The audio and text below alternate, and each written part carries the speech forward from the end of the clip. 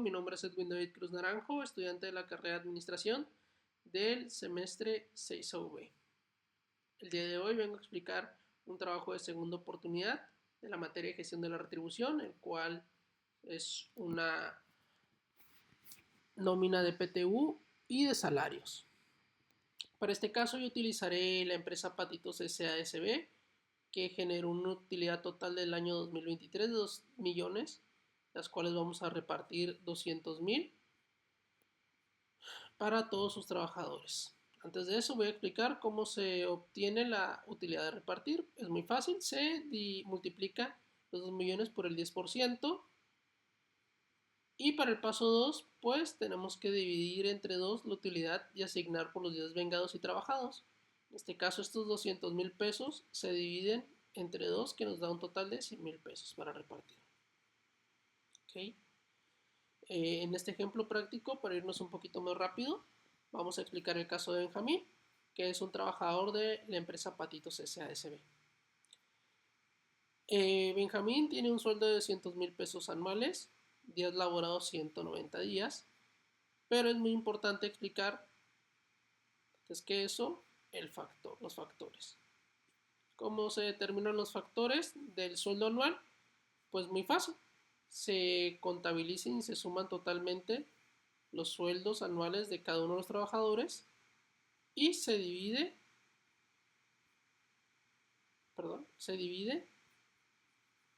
entre los 100,000 pesos. Obviamente para este caso, pues para casos próximos puede variar, ¿no? Aquí nos dio un factor del 0.1190 para el sueldo anual y los días laborados igual. Se suman y contabilizan y totalizan todos los días laborados, se dividen entre 100,000 y nos da un factor del 59.17. Dicho esto, podemos comenzar que los días trabajados para Benjamín, como se determinaron, pues se multiplicó los días laborados por el factor de 59.17, que nos da un total de 11,242.604. Salario desvengado, en este caso, pues los salarios desvengados se toma el sueldo anual por el 0.11, que nos da un total de 23,809.52. Y la utilidad, ¿cómo se determina? La utilidad total, pues se suma los días trabajados más el salario desvengado, dando un total para Benjamín de 35,052.10 pesos. Parte exenta del PTU, 1,628.6. El PTU a grabar, pues se determina igual, muy fácil. Se resta la utilidad total por la parte exenta del PTU, que nos da un total de 34,423.6. El sueldo mensual se determina de la siguiente manera. El sueldo mensual pues se divide los 200,000 entre 12, que nos da un total para Benjamín de 16,666.7, que probablemente quincenalmente sea de 8,333 pesos. Esta última tabla pues se totaliza el sueldo mensual más el PTU, que nos da un total de 50,090.2 para Benjamín. En la parte de abajo tenemos otra tabla que es el concepto de retención. Para Benjamín tenemos ingresos grabados mensuales, como se mencionó anteriormente, de 50,090 pesos. Tenemos una tabla y nos basamos en esta tabla para realizar el límite inferior, que le da a Benjamín 31,236.5. Tenemos este excedente, es fácil de determinar, se resta de la siguiente manera. Se resta el ingreso grabado de Benjamín menos el límite inferior, dándonos 18,853.74 en el excedente del límite inferior. Tenemos un sobreexcedente del 23.52%, el cual pues se determina en el impuesto marginal de la siguiente manera, multiplicando los 18,853.74 por los 23.52. que nos da un total de impuesto marginal de 4.434.40. Una cuota fija de 5.004.12 y un impuesto determinado total, pues sumado entre el impuesto marginal y la cuota fija, de 9.438.52 pesos. Tenemos acá en la parte de abajo otra tabla un poquito más extensa y pues mejor realizada, donde podemos ver las percepciones, parte de aquí, y deducciones. Vamos a explicar el caso de Benjamín. Benjamín tiene un salario de los últimos 2 meses de 33.333.33, un salario diario de 1.111.11, un factor de integración del 1.054, salario diario íntegro de 1.171.99, salario base de cotización 585.99, días a pagar tenemos 6 días, un séptimo día, un descanso laborado, días trabajados 6, horas dobles 3, ok.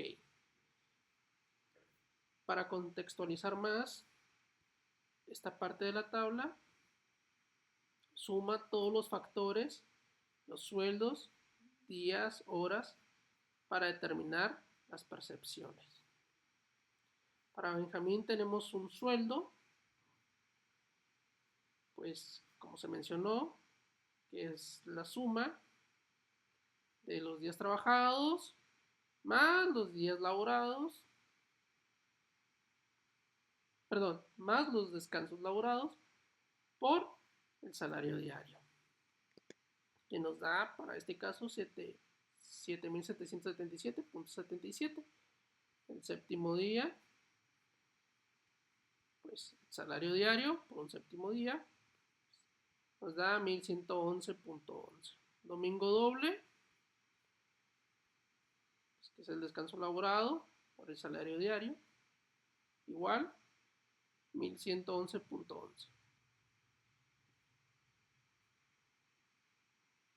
Horas extras dobles, tenemos 3 horas extras.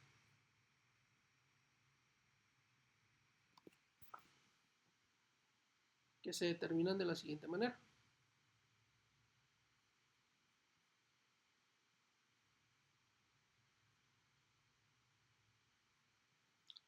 Se determina el salario diario entre 8 por las horas extras dobles que tenemos, que nos dan 833.33, igual la suma. No tenemos horas triples para este ejemplo, pero si las tuviéramos obviamente se realizaría lo mismo.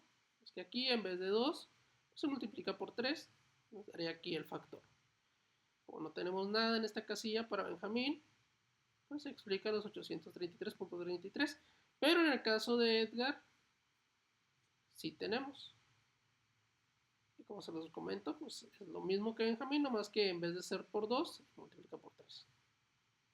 Siguiendo en el caso, no tenemos comisiones para Benjamín, tenemos un bono de permanencia de 88.88 para Benjamín, vacaciones no tenemos, PTU tenemos 26.681.12, PTU exento de 1.628.55, total de percepciones 37.603.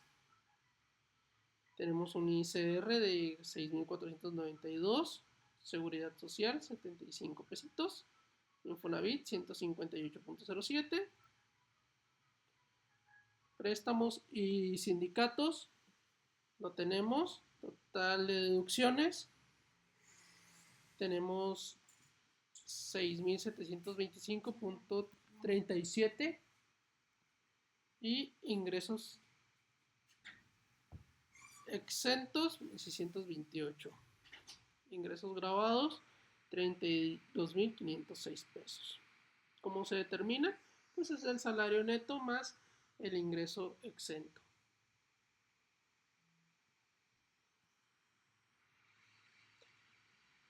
Nos vamos a la parte del IMSS. En el IMSS aquí en el caso de Benjamín pues es un poquito más rápido. ¿Por qué? Porque nos basamos en el artículo 25, el artículo de la tasa del artículo 106 y 2, 106 parte 2, artículo 107, fracción 2, artículo 107, artículo 107 y artículo 106, 107. Estos artículos son de la Ley Federal de Leyes. ¿Ok? Para Benjamín tenemos que tiene un salario base de cotización de 586 con una tasa del 0.37% que nos da una cuota fija del 2.97. Un salario base de cotización de 585.99, 747, un excedente de 161 y una tasa del 0.02%, a cero.